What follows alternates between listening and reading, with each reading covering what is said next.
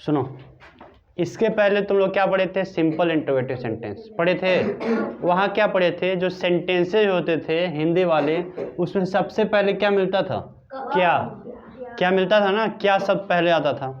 यहाँ double interrogative में क्या होता है? अगर कोई क्वेश्चन वर्ड होगा, क्वेश्चन वर्ड क्या, जैसे क्या दिया हो, कैसे दिया हो, कब दिया हो, कौन दिया हो, क्यों दिया है, इसके अलावा बहुत सारे क्वेश्चन वर्ड होते हैं।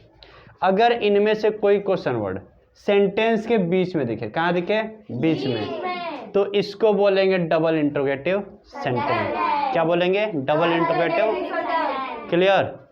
अगर इसका ट्रांसलेशन करना होता है सबसे पहले हम क्या लिखते हैं? Question word. क्या लिखते हैं? Question word. फिर डू या डज का यूज करेंगे अकॉर्डिंग टू सब्जेक्ट, और फिर क्या लिखेंगे? सब्जेक्ट, मेन वर्ब का first form plus object, last में क्या लगा होगा? Question word. मैं कल भी बताया था, अगर कोई भी इंट्रोगेटिव सेंटेंस है, चाहे सिंपल इंट्रोगेटिव हो चाहे डबल हो, उसके लास्ट में क्या लगा होता है? क्वेश्चन मार्क लगा होता है। याद रखना। समझ गए यहाँ तक? इस रूल के अकॉर्डिंग इसको सॉल्व करना है। सबसे पहले हम क्या करेंगे? सेंटेंस को पढ़ेंगे। दिया है क्या, वह स्कूल कब जाता है? वह स्कूल कब जाता है? कब, यहाँ पहले क्वेश्चन वर्ड क्या दिख रहा है? कब। तो पहले कब की इंग्लिश लिखेंगे। कब की इंग्लिश क्या होती है? देखो यहाँ लिखा हुआ है व्हेन। क्या होता है? व्हेन। तो पहले हम क्या लिखेंगे? व्हेन। ठीक। अब पढ़ेंगे, देखेंगे इसमें सब्जेक्ट क्या। सब्जेक्ट क्या दिया है? वह सिंगुलर है कि प्लूरल है? क्या लगाएंगे? डज। क्या लगाएंगे? डज। तो व्हेन डज। सब्जेक्ट क्या है? ही। क्या लिखेंगे यहाँ पे? ही। जाना क्या होता है? गो। कहाँ जाता है? To school. यहाँ तक सब कुछ समझ गए भाई? जो नहीं समझ गया था थोड़ा, तो नहीं समझे, एक बार समझ। देखो भाई, सेंटेंस पढ़ो। सेंटेंस में क्या है? वह स्कूल कब जाता है? वह स्कूल कब जाता है। मैंने क्या बोला?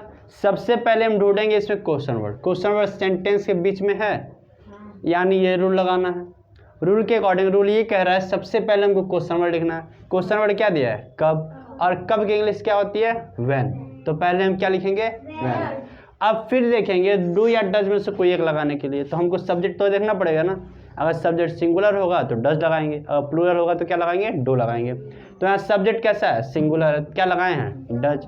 सब्जेक्ट ही है, जाना का गो होता है, कहाँ जा रहा है? टू स्कूल, तो क्या लिखते हैं? To school. अब समझे भैया? हाँ चल अगला देखो क्या हुआ। तुम कॉपी कैसे लिखते हो? तो यहाँ क्वेश्चन वर्ड क्या लाइन में? कैसे। तो कैसे की इंग्लिश क्या होती है? हाउ। पहले क्या लिखेंगे? हाउ। फिर देखेंगे इसमें सब्जेक्ट क्या है। सब्जेक्ट क्या है? तुम की इंग्लिश क्या होती है? यू प्लूरल क्या लगाएंगे? डू। फिर क्या लिखेंगे? यू। काम क्या कर रहा है? लिखने का इंग्लिश क्या होता है? राइट। क्या लिख रहा है? क्या लिखेंगे यहाँ पे? लास्ट में क्या लगेगा? क्लियर? अगला देखो, वे मैच क्यों खेलते हैं? क्वेश्चन वर्ड क्या दिख रहा है यहाँ पे? क्यों की इंग्लिश? वाई। क्या होता है? वाई। और वे दिया है, वे यानी दे, तो यहाँ क्या लगाएंगे? डू। क्या लगाएंगे? डू। Why do they. क्या काम कर रहे हैं? खेलना ना। खेलने का कैसे होता है? Play match.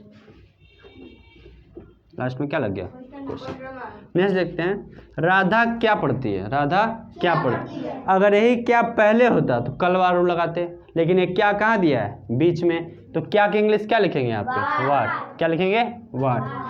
अब देखो, राधा है, राधा सिंगुलर है कि प्लूरल है? क्या लगाएंगे? क्या लगाएंगे? डज। क्या लिखते हैं यहाँ पे? डज। फिर क्या हो जाएगा? राधा। क्या पढ़ना क्या होता है? रीड। लास्ट में क्या लग जाएगा? यहाँ तक डाउट क्लियर? समझ गए? 5 क्वेश्चन देते हैं, अभी करके दिखाना है। कर लोगे? पहले इसको कॉपी कर लीजिए, उसके बाद देते हैं। इसको मन के उतार सकते हो अपने मीनिंग के लिए। ठीक, उतारिए इसको।